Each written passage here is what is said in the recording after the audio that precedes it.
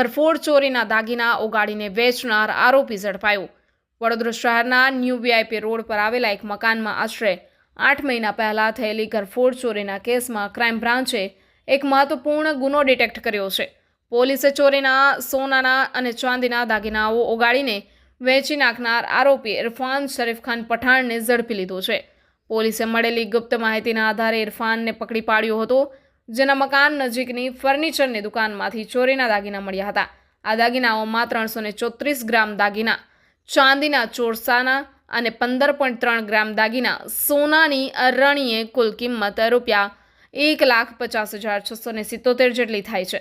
ચોરીના દાગીનાઓની ઓગાળીને નવા આભૂષણમાં ફેરવી વેચવાનો ઈરાદો હતો। આ કેસમાં મુખ્ય આરોપી બલજીતસિંહ ઉર્ફે બલ્લી હાલમાં અન્ય ગુનામાં જેલમાં છે। પોલીસે વધુ તપાસ બાદ બાપોદ પોલીસ સ્ટેશનને જાણ કરી છે। આ કાર્યવાહીમાં ક્રાઇમ બ્રાન્ચની ટીમે ઉત્તમ કામગીરી આપી છે।